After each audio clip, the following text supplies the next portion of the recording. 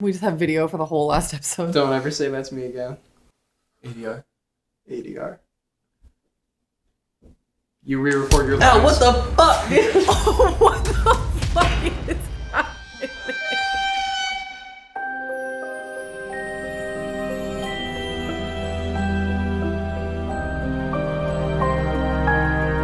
Welcome back, Mystery Seekers. I can't believe that we're already almost done with season 2. It has been a wild ride so far. My name is Jen. I am here with Taylor and Nate. That's us. Your favorite It's duo. your boy. It's your favorite Boom. co-stars Hit him with it. right here. You know how we do. Whoop-ah. One of these. A couple of those. Oh, he did Break it. the nose, snap it into place. And then back to Jen. Today I'm going to be telling you all about the Cowden family. On October 30th, 1974, the Cowden family left for a Labor Day weekend camping trip in the Siskiyou Mountains near Cranberry Creek in Copper, Oregon.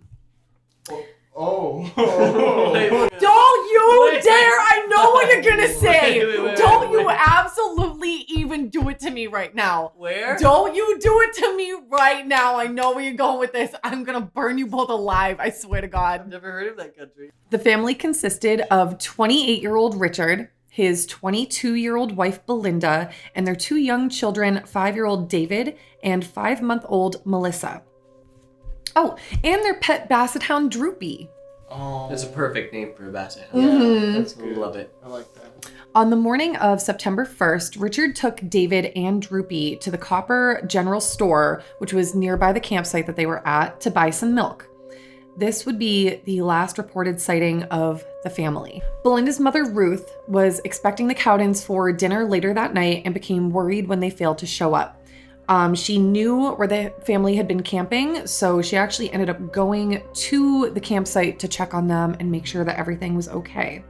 When she arrived, she found all of their belongings, including their truck and Belinda's purse and wallets and everything, still untouched around the campsite. So Ruth reported the family missing to the local police, and the next day, Droopy turned up unharmed at the Copper General Store, Awesome. where Richard and David had been the day before. Bought milk. Yes. A lieutenant from the Oregon State Police said that their initial investigation had been delayed for maybe a day, according to them, due to the lack of evidence that anything violent had happened. It just kind of seemed as though they got up and walked away from their camp. Another state trooper stated that the camp was spooky, even the milk was still left on the table. I was gonna ask if the milk was there. Yep, still left on the table. The search for the Cowdens, which included the state and local police, Oregon National Guard, Explorer Scouts, and the U.S. Forest Service, marks it as one of the largest searches in Oregon history. Despite searching over 25 miles of trails and roads, using helicopters and planes equipped with infrared imaging, no trace of the family was found. While the official search for the Cowdens ended only 6 days later, which seems kind of quickly, that was on September 7th, friends and family of the Cowdens continued their search efforts for weeks after that. 7 months later, on April 12th, 1975, the decomposing body of what appeared to be an adult male was found tied to a tree on a steep, rocky hillside by 2 gold prospectors, just 7 miles from the Cowdens campsite. Wow. Soon after, in a cave nearby, the police found the bodies of an adult female, a child, and an infant. The entrance of the cave had been sealed with rocks to disguise the entrance and to hide the bodies. Dental records would later show that the bodies were those of the entire Cowden family, while autopsies revealed that Belinda and David both died from a gunshot wound to the head by a .22 caliber rifle. Melissa died from severe head trauma. No cause of death for Richard was ever determined. I'm pretty sure because the body was too badly decomposed, and no weapons were ever found in the area. Oh, wow. Wait, who was shot? Belinda and David, the 5-year-old, Oh. and Richard's wife, Belinda. So a couple from LA that was camping in the same area on September 1st witnessed 2 men and a woman inside of a pickup truck parked nearby around 5 p.m. The couple stated that the people in the truck made them a little bit nervous and were quoted as saying they were acting like they were waiting for us to leave. The same lieutenant that I mentioned earlier from the state police suspected that the person responsible for the murders had to have been a local resident based on the location of the bodies and that they had known the area well enough to be aware of the cave. A member from the initial search parties also told police that he had found that cave and searched it during the first searches, and there were no bodies in there or nearby. Police had named a local convict, Dwayne Lee Little, as a suspect. However, he was never charged and the case remains unsolved. Despite a lack of substantial evidence, many believe Dwayne to be guilty based on his prior convictions. He was paroled from the Oregon State Penitentiary just 3 months prior to the Cowden's murders, or to their disappearance, after being convicted of the rape and murder of a teenage girl in November 1964. Police were also able to determine that Dwayne was in Copper over Labor Day weekend. His girlfriend claimed that she had seen Dwayne with a .22 caliber rifle around Christmas 1974 and in January 1975, which, after she told police that, got his parole revoked. Dwayne was paroled again in 1977, and in June 1980, he sexually assaulted and beat a 22-year-old pregnant girl nearby Portland. After this, he was sentenced to 3 consecutive life sentences and continued to refuse to discuss any of the murders he was convicted of or accused of. Police believe that the 2 other people reported as being in the truck may have been Dwayne's parents. A miner who owned a nearby cabin claimed that Dwayne and his parents had stopped by on September 2nd and signed a guest book, and an inmate who once shared a cell with Dwayne claimed that he had confessed to the Cowden family murders. Despite all of the very compelling evidence against him, he was never convicted of the Cowden family murders. Wow.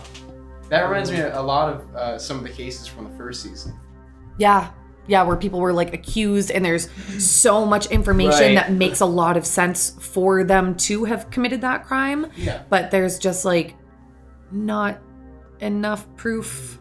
Now, so just to recap, in the cave, they just found bones. It wasn't that specific. It was 7 months later, so if it was bodies, it would have been pretty decomposed. Yeah. Were they buried or just?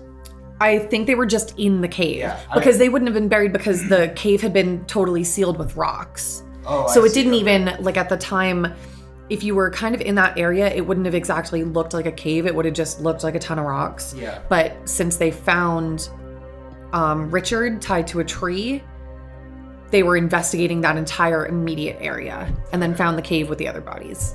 I think that I read somewhere that people had like speculated that Richard committed the murders and then like tied himself to a tree, but that sounds a little bit ridiculous for him to like tie himself to a tree None of that makes and then just like let himself die, essentially. Yeah. Like, I mean, if he had had a gun, where would it have gone? Right. And at that point, if you're committing murder-suicide, why wouldn't you just use the same weapon? Yeah. Yeah, I think it's also awful that they did have someone very specific in mind and he just refused to talk about it. Mm-hmm. Like, if he never confirmed or denied any of his crimes. He was never saying like, no, I didn't kill those people. He was just full on refusing to talk about anything. Yeah. So there is always the potential that Dwayne Lee Little was the person that committed that crime. It's just so scary because it's literally just family wants to go out into the woods. They have no clue. There's just another family out there that's just like Waiting for we someone. want to kill somebody today. And yeah, it's just really sad because they probably waited because they were already there waiting in the truck. If that was true, Right. then they just waited until the dad and son left and probably attacked. Probably already like whatever held up the mom and daughter. At Yeah. gunpoint and waited till the rest of them got back. The other weird thing is the fact that they didn't find, like, there's no crime scene, you know, that they didn't find Right. any blood or bullets or anything anywhere. Mm-hmm. And that one person said that they'd already searched the cave. Right. So, like, did they have to load up the entire family in their truck and drive off somewhere and then kill them and stuff and then bring them back? But, like, that also doesn't make sense because why do all that and then drive back Go and then through the tie up the effort. dad? Yeah. Like, if you were just gonna come back to dump bodies, like, that doesn't make sense because Right. of the dad.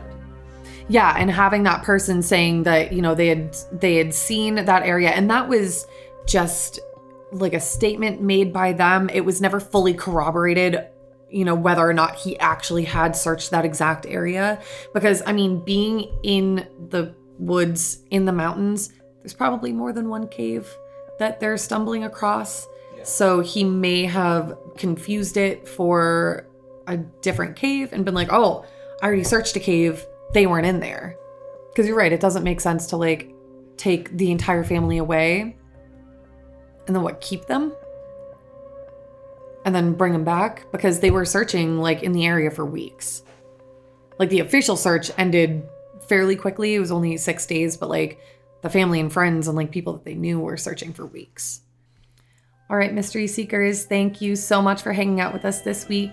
Be sure to tune in next week for our final episode with Nate about the mystery surrounding Kurt Newton and his disappearance.